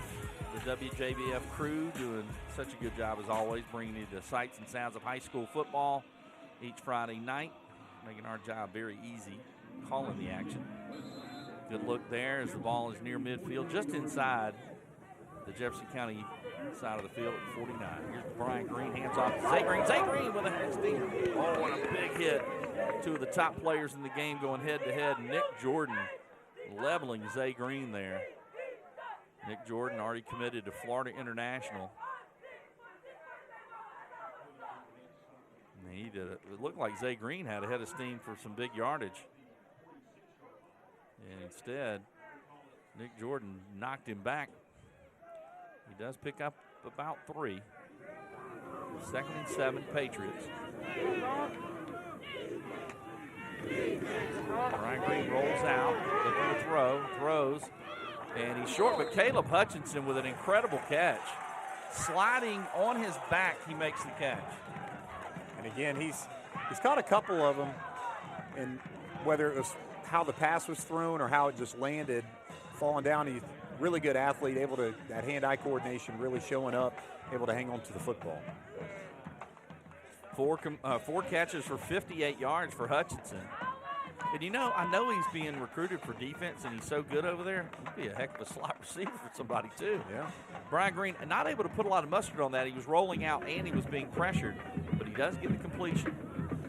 Now they go back to Zay Green. Zay Green, he's going to pick up nice yardage. For somebody his size, the first person does not tackle him. Yeah. He makes them miss, or either he bounces off the contact. Well, and a lot of offenses, the majority of them, offensive schemes, especially when you're running the ball, is everything set up to where the running back has to be. If you win one-on-one battle, the first person that you see, you're usually going to go against either another linebacker coming from the different side of the field, or a member of the secondary, which at that point should be able to outmaneuver him as you're comfortable running the football, and they're mainly there in pass support. Well, here's what I love about Zay Green. He ran right at Nick Jordan there. Nick Jordan's probably got about 60 pounds on him, and he already hit him hard last time, but he didn't shy away from it. He ran right at Jordan. And it's going to be 3rd and about 1. This is probably 4-down territory. And Nathan was just saying, you don't know how many times you're going to get it. And Green's going to get it on the second effort. And for somebody that's a quick, and even I'll call him fast running back, obviously he's a fast athlete. A lot of times you'll see if a running back sees that, all of the same color right in front of them, all that blue, they tend to bounce it to the outside and try to utilize their speed and depend on that. Very patient, waiting to see if anything opens up, and then run through the gaps that emerge in the middle. Happy to get the first down, and you're right, he is an athlete. He's an outstanding track star for Westside as well. And Westside on the move here. Green looking to throw, going to go deep, got a man, and it's overthrown. He had Jermichael Ambrose open, but he overthrew him, and that might have been a little bit of an overthrow and a little bit of the receiver not continuing to run and kind of looking back and almost stopping his route. A little bit, yeah. You're taught there to throw it to the landmark, which is going to be the pylon, throw it to the back, and have your receiver also know that, and that's the kind of effort they have to give, and they have to be able to get there.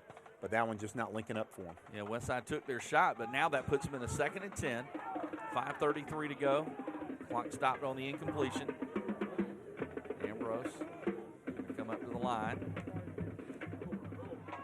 And Zay Green to the outside. Zay Green inside the 5, and he's knocked out of bounds inside the 5-yard line. Westside, 1st and goal to go.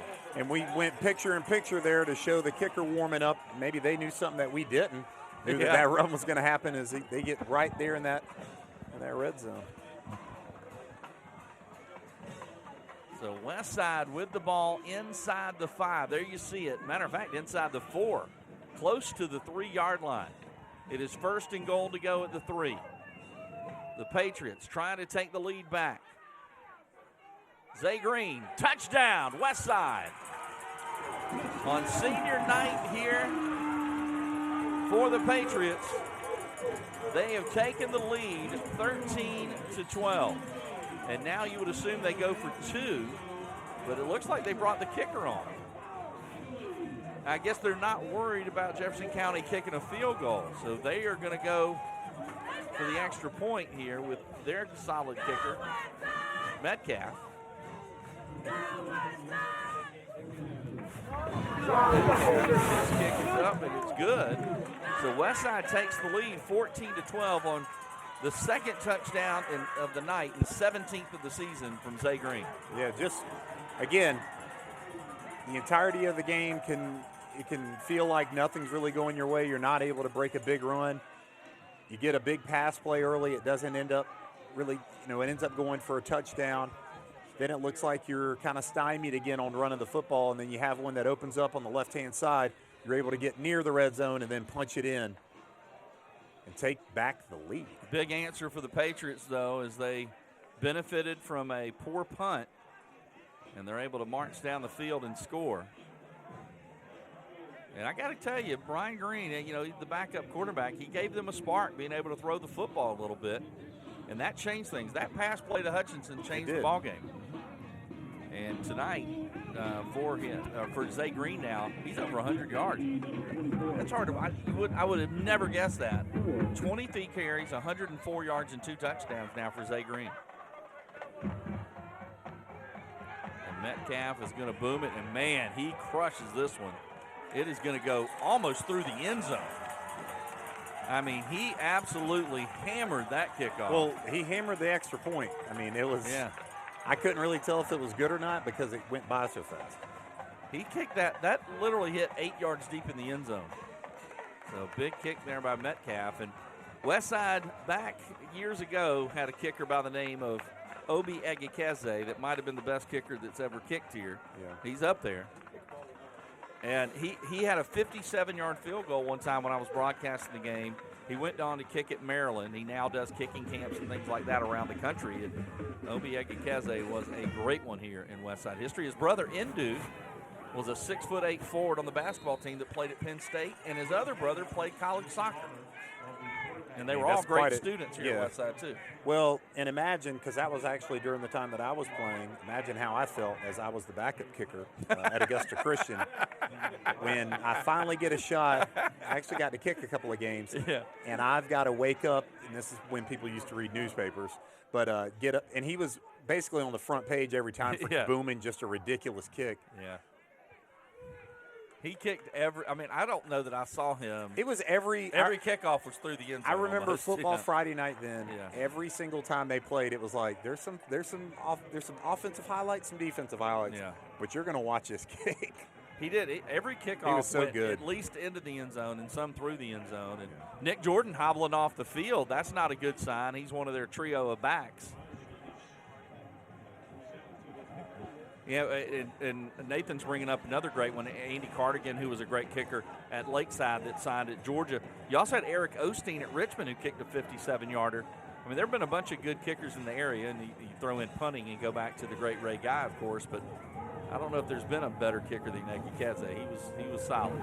And that is going to be Kitchens, and he is going to be stuffed. Westside, all of a sudden, Matt, has a little. You feel the momentum. You feel the fans getting into the game. You feel the team sensing a big victory. This will be a monumental win over Jefferson County. Well, I mean, that touchdown, they knew that would sort of take the wind out of Jefferson County's sails a little bit because, again, they're going to have to do something that they're not comfortable doing, which is they're going to have to put together a few big plays, big explosive plays, whether it's another pop pass, some sort of play that's going to get 15, 20 yards in order for them to get to where they can score a touchdown or, in a small possibility, kick a field goal. Well, Jefferson County only with one timeout left. You see Jordan getting worked on the sidelines there. And also Vonner is limping. So Kitchens is kind of the go-to guy now. Jefferson County, we talk about their 20 straight playoff appearances under J.B. Arnold. Folks, this was a state semifinal team. They made it to the Final Four last year. And Westside right now trying to get the victory and improve to 7-2 overall. I moved them up to number 7 in my top 20 poll this week, and Jefferson County was at number 13. But I think most people outside looking in around the state would have thought Jefferson County would be the favorite here and get a win. But Westside saying, wait a second, we got us a ball club here.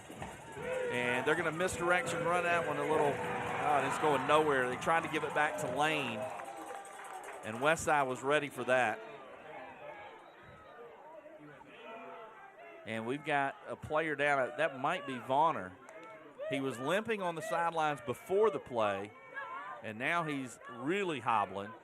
And if he has to come out, Jefferson, he is their quarterback as far as the one that throws the ball. Of course, they have a trio of guys that run it. But if he comes out, they're in big trouble because they've got to go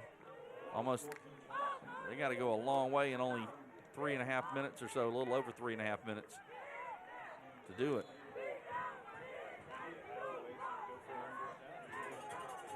It's 3rd and 14, and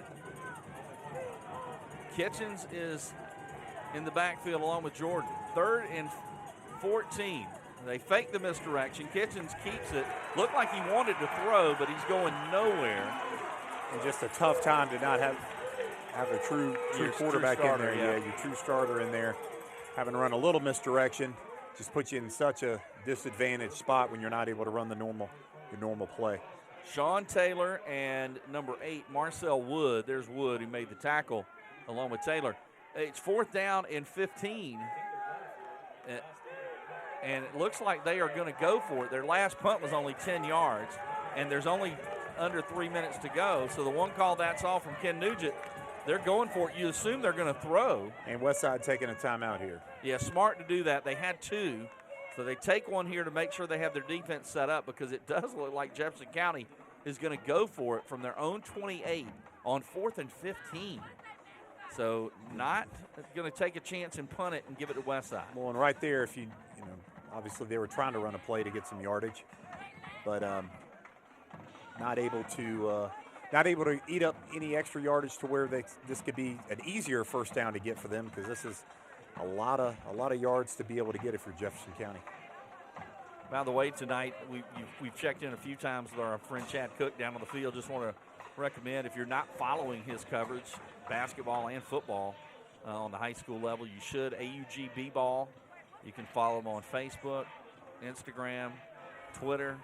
Does a good job each and every week keeping you updated on all the scores, highlights, info, whatever. Always goes to a good matchup and Yep. gets good interviews after the game from the players and coaches. And there's going to be a flag there. Now the West Side player, that is a smart move by the Jefferson County receiver, and that might have been the play design.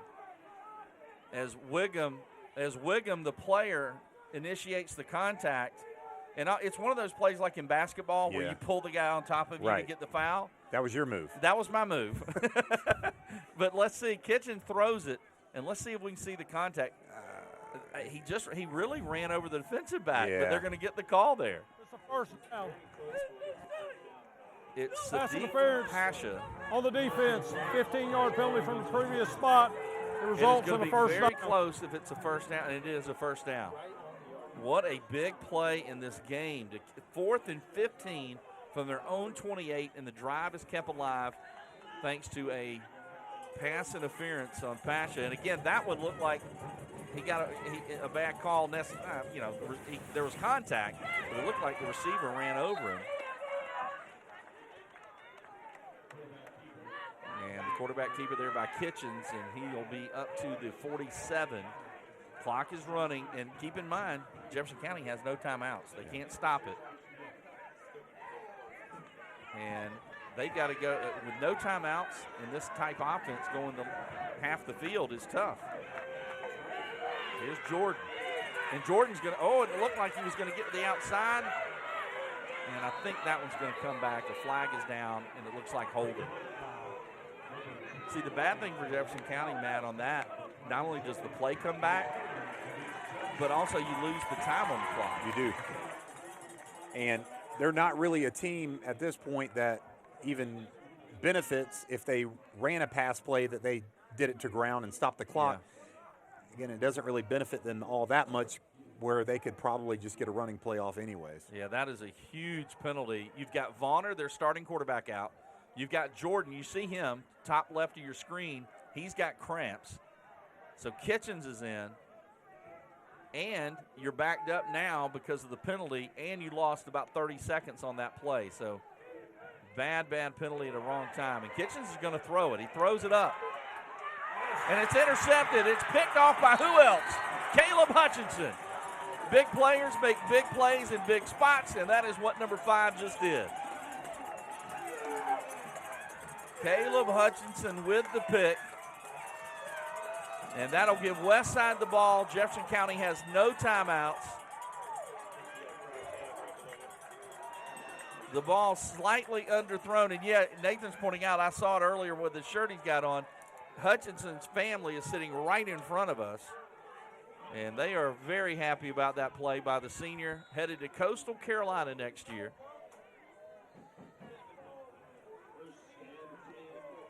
And again, just trying to get a pass to eat up some yardage. Again, Hutchinson doing a terrific job of kind of sniffing that out.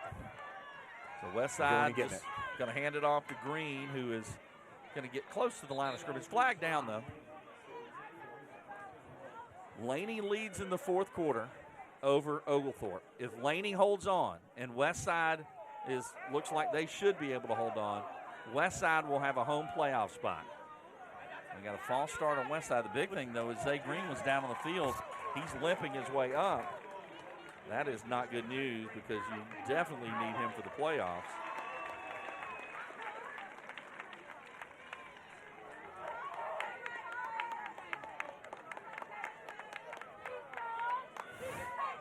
Well, hopefully he is okay. He's had a great night tonight, over 100 yards,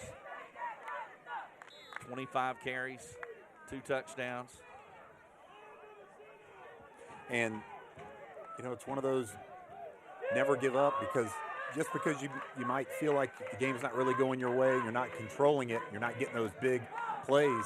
Again, that's why you have 4 quarters. Sometimes all the fun can come in the fourth quarter.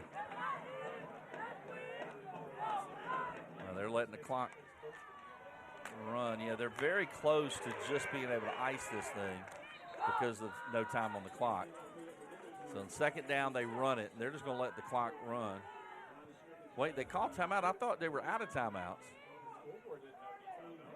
The scoreboard had them with no timeouts, but they have called a timeout. Well, the score clock had them with no timeouts, and Westside was certainly playing it like they had no timeouts. And it looks like maybe they had one available.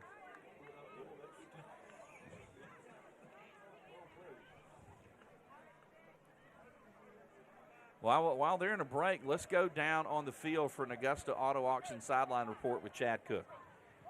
Well, guys, you've been talking about the kicking game and Obi Ndukisi, and Chris Creighton, the defensive back coach for Westside, told me earlier today that the last time that Westside beat Jefferson County was in 2003. Creighton was on the team, and it was on a 50-yard Obi Ndukisi field goal, and Westside won 15-14. What an interception by Caleb Hutchinson a second ago. Absolutely, Hutchinson with the big play. Good call there. Yeah, 50-yarder to win a game against a pretty darn good team. Yeah, Obi was something, and he was a great kid, too. Let's see as Green hands off, and the back trips up. So it'll be 4th down. That was 3rd and 7. It'll be 4th down, but they're going to be able to run this clock down a pretty good ways here. And I'm assuming they would just take a penalty, a delay a game.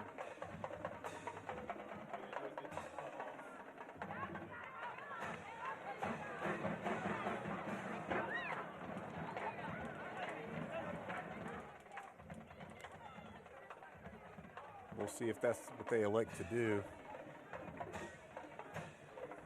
So this clock running down here, 40 seconds, 39. It's going to be 4th down. They'll take the penalty, let the clock run as far as it can. It's going to be down to 33 seconds. So the Westside Patriots just may be 33 seconds away from a home playoff game. We heard from the longtime baseball coach and former football coach Gerald Barnes earlier talk about it's been a long time. They've been in the playoffs, but it's been a long time since they had a home playoff game. Right. And that could change because Laney has a lead on Oglethorpe County late, and Westside is 33 seconds away from knocking off Jefferson County. And Jefferson County appears to be setting up for a return rather than coming after the punt. Nathan. I think they have 12 men on the field. Let's see. Oh, they did, yeah. It's crazy. It's only one more player, but it always seems like it's obvious. It stands out, yeah. Well, as Nathan again said, they'll get the 5 yards back that they gave up on the delay of game. And They've got a great punter in Metcalf. We talked about that. And he is going to get it off. And it's a great punt. Fielded on the run, though. And here goes Jefferson County. Oh, and a great saving tackle made. Oh, and he slams the football down. That might get a call. Let's see. Number 24, that is Larry Tucker. Haven't called his name tonight, but he had a head of steam. And somebody for Westside got a hand in there and just able to trip him up. Or we might have had ourselves a wild finish here. Yeah, it looked like for a second, I think that's what he was upset about. Yeah. Just a little bit. He thinks he had the strength and the momentum to maybe carry through that tackle attempt because it looked like a lot of green grass in front of him. It looks like. And he's coming.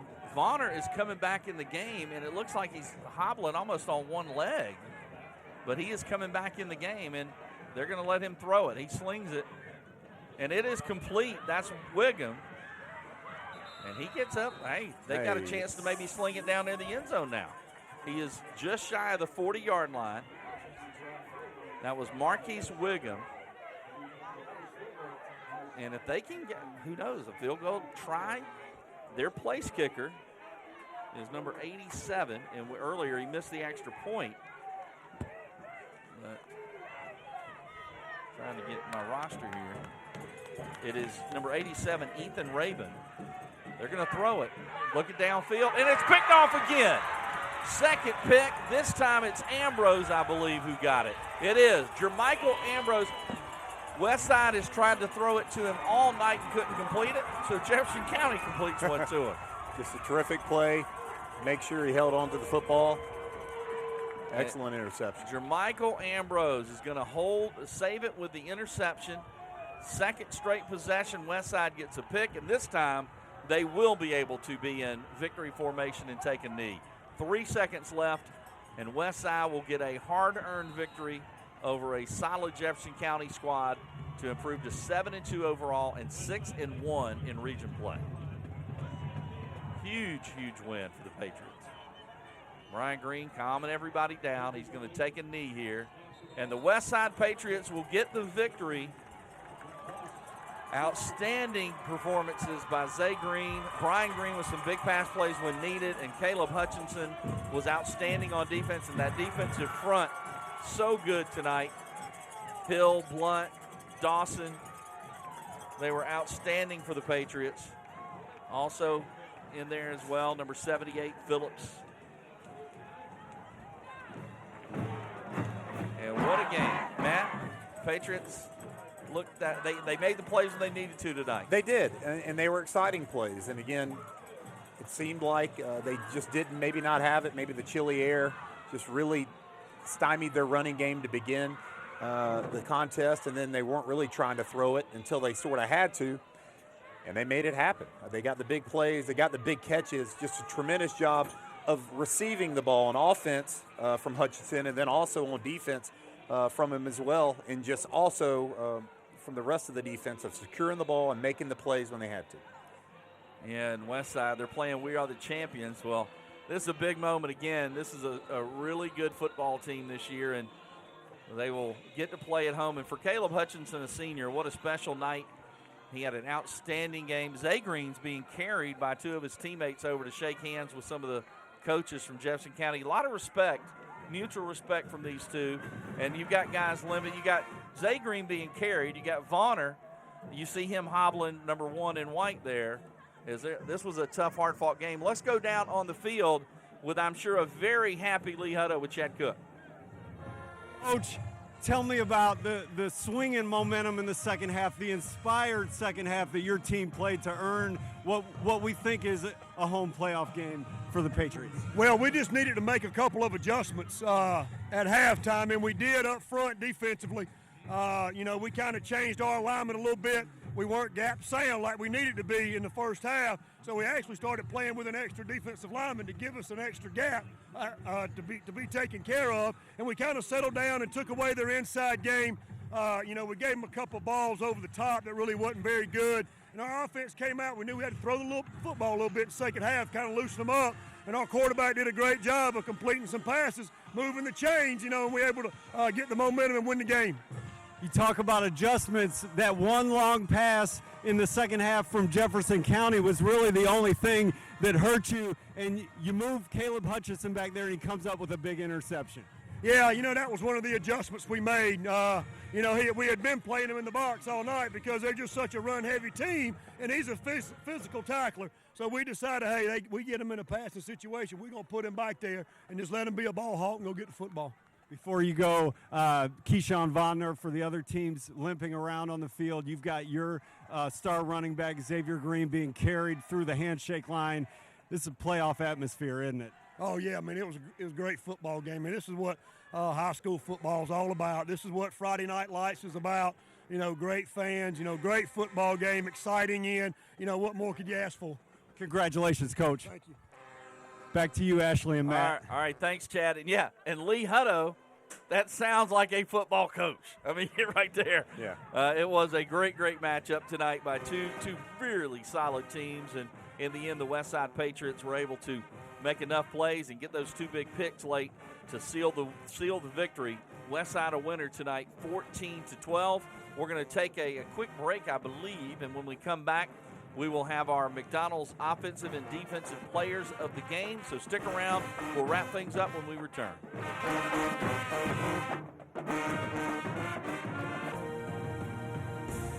Well, folks, let's take it down on the field. You see them there, our players of the game from McDonald's. Chad Cook's with them. Okay, Xavier, you had an injury at the end, but not before you went over 100 yards for about the probably 40th time of your career, exaggerating a little bit there, 2 touchdowns. Talk about the big win, earning the home playoff game for your team. Oh, it was a big win, much needed. We just needed to win, and then we just succeeded. What did you do after halftime? At halftime, what adjustments did you make to really get going offensively in the second half? Just really to run the ball up the middle because we stronger than them, faster than them. We just had to execute on that. Now, Caleb, you do it all. We've talked about it before. Interception, tackles in the backfield, some big first down catches, and then you had a big block for Xavier right before that last touchdown. Talk about the big game tonight. It was a big game coming into it. It was a fight for the number 2 seed in the region, home playoff game. So, just coming in, we knew we had to get the job done, win this game, whatever it took, and we got the job done. Coach Hutto talked about you moving down into the box, basically playing linebacker today, whatever it takes to win. Whatever it takes to win, I like to get my nose dirty, so, they put me in the box. Had to make a few tackles, help my team out, and we won. Okay, well, great job, guys, and thanks to McDonald's for these great awards for 2 great players. You want to give Xavier the offensive and Caleb Hutchinson our defensive player of the game.